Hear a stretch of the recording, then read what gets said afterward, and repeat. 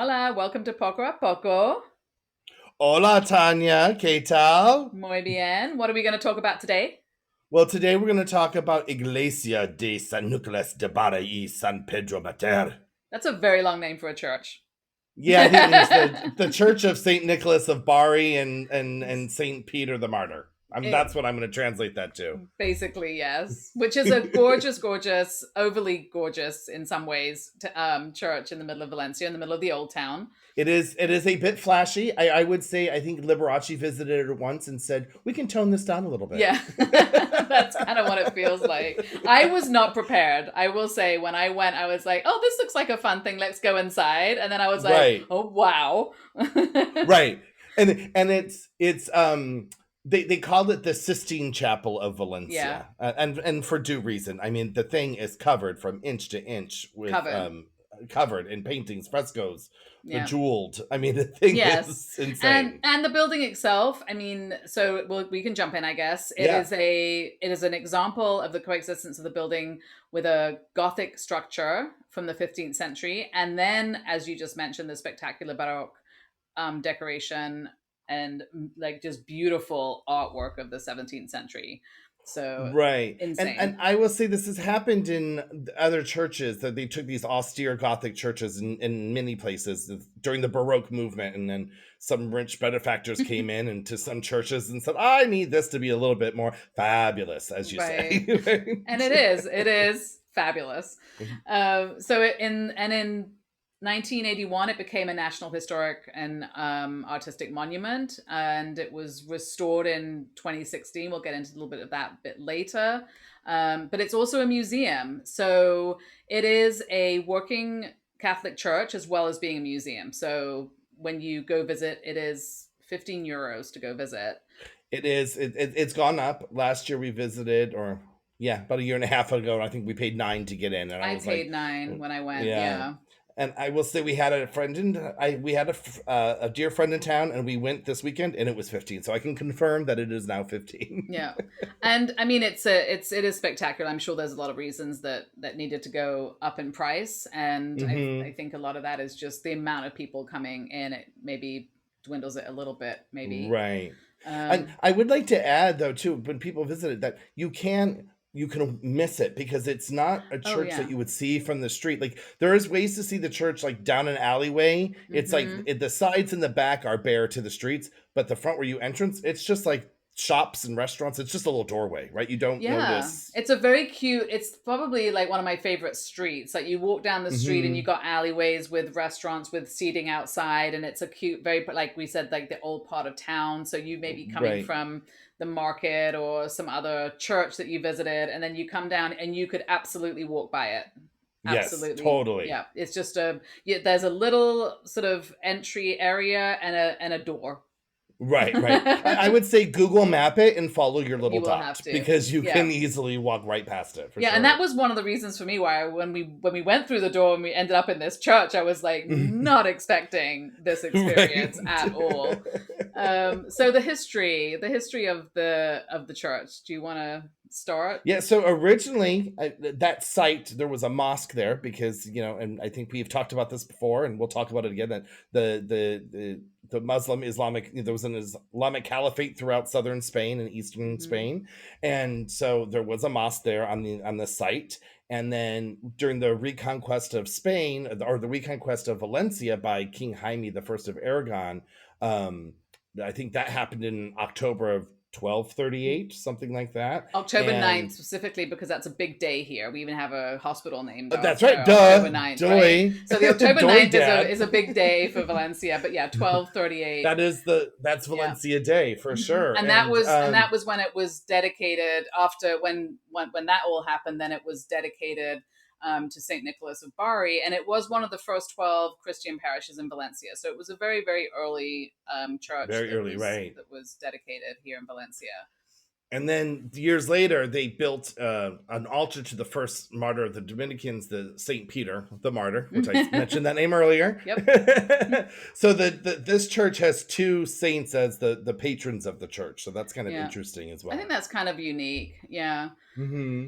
And for the architecture in the 15th century, the temple was rebuilt and enlarged into its current Valencian Gothic look. And Right, which is the outside. the What we see now is outside, just science. yes, Right. because there were some changes made later on the inside, but originally it would have been fully Gothic Valencian inside and Gothic out. inside and out. Right. And then it's what's unique. It has, a lot of these sort of cathedral type churches. They have lots of little chapels. This has 6 chapels on each Okay. side. Is that So there's 12? 12. So there's 12. Well, 12 apostles. There you Makes go. sense. Yeah, that makes sense. Yes. And then there was an expansion done when Alfonso de Borgia, is that how you want to say that? So yeah, so it's Borja, I think you would say Borja. in Espanol, but what that really is the Borgias, because Yeah. the Borgias were from the Valencian region, and then they changed the spelling to Borgia when they moved to Italy and started taking over the church and doing all the stuff that you can watch on whatever HBO, Showtime, whoever shows the Borgias, you can get that history from There that. you go. Go watch that. He was the Yeah. rector of the parish, Alfonso de Borgia, and then he also later became Pope Calixtus III. Is that how you say that? I That's think, sure. I maybe. mean, I don't know So what X's are pronounced and what are not when yeah, they're but I think not. that's So. that's a bit exciting that there was a pope that was originally a rector of the parish here in Valencia Yeah. as well. So Hmm. there's a few little tidbits of interesting details with this church as well. For sure, for sure. Yeah. And then, as we said, it was originally it had an austere Gothic look, but then in the 17th century, this Baroque architect Juan Bautista Perez Castiel covered the interior, drenched the interior with elaborate stucco and reliefs to create sculptures Right. and change the complete look of the interior of the Yeah, church so to he was sort of in charge of the architectural aspect of the decoration, not the painting, right? So okay. Hmm. he did all this stucco relief work that created sculptures that you'll see, and then he also added arches over the chapels to kind of cover the gothic-y look of the pointed arches. So he tried to soften it Hmm. up a little bit, and that laid the base for the painting renovation that Right. was then done. So they literally laid the canvas Yeah. for the master painter to King Carlos II of Spain. His name was Antonio Palomino, and he came in for the renovation. He created, and he's also known for creating the frescoes for the dome of the Basilica of Our Lady of the For Forsaken soccer. in Spanish. In Espanol is Basilica de la Virgen de los Desamparados. Is that close? Does Close that sound enough, good? I think. Close Yeah. enough? So he was actually brought in to, like you said, so he was brought in to sort of design the frescoes, and he also did the Iglesia de los Santos Juanes, the Church of Saint John. But Right, which are two major churches here in yeah, so he Valencia. was a big deal, and Hmm. he was such a big deal that he didn't actually need to paint it. He just needed to design it. Right, right. And then somebody else was brought in, like one of his proteges was actually brought in to actually do the painting, and that was a gentleman called Dionis Vidal, and he painted the the ceiling of this church. I mean, I can't believe it didn't take 500 years, but it was 1697 to 1700. There's no way that took 3 years. I'd like a verification. I went triple because that is insane. How could you That's do that? I insane. mean, so I think He had we had, I was people. gonna say Antonio had him, and then he had Yes. people, because there's no way you can do that in I 3 mean, I years. suppose if that's all you're doing, but I just feel like you would go crazy. And maybe he did. I don't know. But yeah, that seems insane. Yeah, yeah. There's not enough coffee to get that finished. It's not. Or sanity. And actually, maybe because of that, both these painters are actually in the mural, in the fresco on the right. They put themselves in it, which yeah. I would if I was going to spend 3 years like upside down painting a ceiling. I'm putting myself in there too. Right, because your signature could easily get washed out, but if your whole body's in the picture, right? Yeah, no, I think that's yeah. I mean, it's I mean, if you ever go see it, it's amazing. What I think is amazing about this church now with all these paintings, and it's like a Where's Waldo. It's just so Mhm. much coming at you. But Yeah. now they have a light show, to the church. And so when you go in now, I think that's why they raised the price, because there's now this big light show, and it's like video mapping where they'll shoot images on it, but what they're doing is highlighting like the cherubs. They'll highlight different elements, as well as like wash it in flowers and make it all cool, like Okay. like this video stuff. But then they highlight. But what they also do is they highlight the Gothic elements that you forget to see, the ribbing of the arches and stuff. So that'll all get lit up, so you kind of have a feeling of what it looked like before all this Baroque Oh, stuff that's was cool. thrown I in mean, it. I feel that's really necessary because it's incredibly overwhelming. Like I would want to go back 3 or 4 times just to take in all these different elements, because what you have is an incredibly complex canvas that they're painting on, because it's not a flat ceiling. You have what they Right. call lunetos, which are these vaulted, it's a vaulted ceiling, but because of all the windows, it's vaulted like 12 times. And then inside of each of those vaults is more layering of dimensions of ceiling. So it's not just like this flat canvas. And then inside of that, Right. like you're saying, you have these elements that are supposed to be Gothic, or the bits that they've covered up, the neo Gothic area, and all this kind of thing. It's a lot. So I can imagine a light show being a very cool addition. It is very cool. And Yeah. and I've been to the church twice now, and that definitely made it seem, Yeah. oh, I didn't know that, right? Like Yeah, you'd need to it see brought it. me back. Yeah. Yeah, because I did. So each lunetto, so each of these sort of alcoves, each of these vaulted areas is representing a different miracle or event in the life of the two saints. So on down one side of the Okay. church, you have the life of one of the saints, and then the other side you have the life and miracles of the other one, and then on top of that you have like angels and saints and other martyrs and other figures from Christian virtue. So it's like it's a Right. lot. It's just a lot. Can we share with the audience the two terms that I did not know when we were doing our research, which is Mm-hmm. the left side of the church is called the gospel side, Mm-hmm. and the right side is the epistle side. And I grew up as a Catholic And and you never knew didn't know that. that, but you weren't sitting I on the didn't right know side of that. the church. I So mean, the so it's like a gospel, boat, yeah, right? It's like a exactly. boat. You're port side or starboard side. Is that the Oh two, my right? gosh, please don't make me test that one. So the gospel side, which is the left, is the side of St. Peter, and the epistle side, which is the right. Did I say that? Did I say right twice, or did I say left? No, you said I left did for say St. that. But then the Peter. Yeah, yeah. epistle, the right side is St. Nicholas. But then you have all these other things. And I did the audio tour where you can Okay. pick, like, get the audio and it explains things. And it does talk about each lunetto separately. Mm-hmm. I was not very good at paying attention, and I lost which lunetto it was talking about at some point because I Okay. was there with a bunch of friends that were visiting, because that's when you go. So we were there with a bunch of people, and of course you start talking to your friend in between, and I forgot which lunetto. And if you lose track of which lunetto you're on, that's the end of it. You don't know what's going on because Right. you're looking at the wrong thing, but they all have saints and angels and everything in it. So it's very interesting, though. Definitely worth it. Mm-hmm.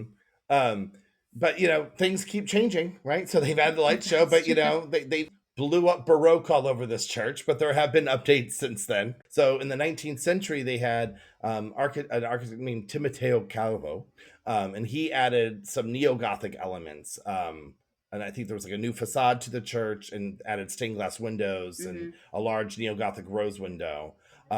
But thankfully did not change the Baroque interior. So they left that, which Which was I'm kind of thankfully surprised in a way. I feel like there might be a point where someone walked in there and was like, "Is this too much? Maybe we should paint over right. half of it." But that never happened. So yeah. And then in 2016, led by an architect, Carlos Campos, what they did with the Institute of Heritage Restoration of the Polytechnic University of Valencia, they spent 4.7 million euros to renovate. They didn't make changes. They were renovating the frescoes and the stuccos and the structural elements to make sure that everything was still beautiful and structurally Right. sound. So that was a real, just a renovation. We call that zhuzhing up. They Yes, zhuzhed it up a little that's bit. what they did without changing anything. Anything's right. Fluffed a Yes. few pillows, reinforced some things that might have been falling, right? Exactly. And if all of that is not enough, there is an extended collection of artwork and sculptures from various famous historical artists also in the church that you can visit. Mhm. We'll leave that Right. there because I can't get into like all the different. There's a million There's a names million of names artists. There's a million names of there. artists. And if we tell you everything, then you'll know too much when you go. You have to Yeah. go and be surprised, right? And so you can go pretty much anytime you want. It is a museum, but there are times when it is closed, and Mondays is one of them. They do not allow visitors in, yet it's open to worshipers. And Mondays are dedicated to Saint Nicholas of Bari, which allows the faithful to make wishes, especially regarding issues related to childhood, family, health, or serious financial difficulties. I quite love this, that it's not... So I think we should all go on Monday. I think Monday's a good day. Well, I feel like it's a nice thing that obviously they're doing a regular service. I don't think everyone that's going is trying to get a wish done, but I think it's the wishing part, I think, is a really nice sort of aspect, but it's a little excessive what you have to do to get your wish granted. So okay, so tell us. I want to see what you think is excessive. Well, because I know what you have to do, but I want the audience to hear what you think is excessive. So you have to go on 3 consecutive Mondays. That's the first thing. You must visit on foot. No driving your scooter up to the door. You know, you've actually got to walk you've been there. It's hard to drive down that street and park. I wouldn't want to drive down that street, but I would imagine you can't even drive part of the way. You have to, from your house, you better walk the whole way. So that's for you in the mountains, that would be hard for you, but for us in the city, it's just 15-20 minutes away. And I know this is going to be shocking for everybody that might be listening, but this would be hard for both of us. You have to remain respectfully silent throughout the entire journey and once inside the church, and continue in silence and pray before the relic of Saint Nicholas. So that would be hard. Are you trying to say I couldn't be silent for the whole way? I think let's do it. Let's see. Let's see who breaks the wish like first. That seems like a challenge. Me, probably. But that's what you need to do to have a wish granted by Saint Nicholas. So at least there's a goal there, which is nice. There is, and I've heard from friends that there's other churches here that, I don't really know much about the Catholic tradition, but a Spanish friend of mine was like, oh, you have to go to this church to make that wish and that church to make that wish. So maybe we have to get into some iconography. I don't know. What do you call that? Kind of just get to know what all the things are and then go to each church and make all your wishes. I mean, it can't hurt, right? It can't hurt, Okay. Well, there's a challenge for the week. And that's all we know about the Iglesia de Saint Nicholas de Bari y San Pedro Martir. This is true. So we hope you come to Valencia and get a chance to see this church, because it is breathtaking and spectacular and over the top. Yeah. Until then, that's our Poco. Ciao, Tanya. Bye.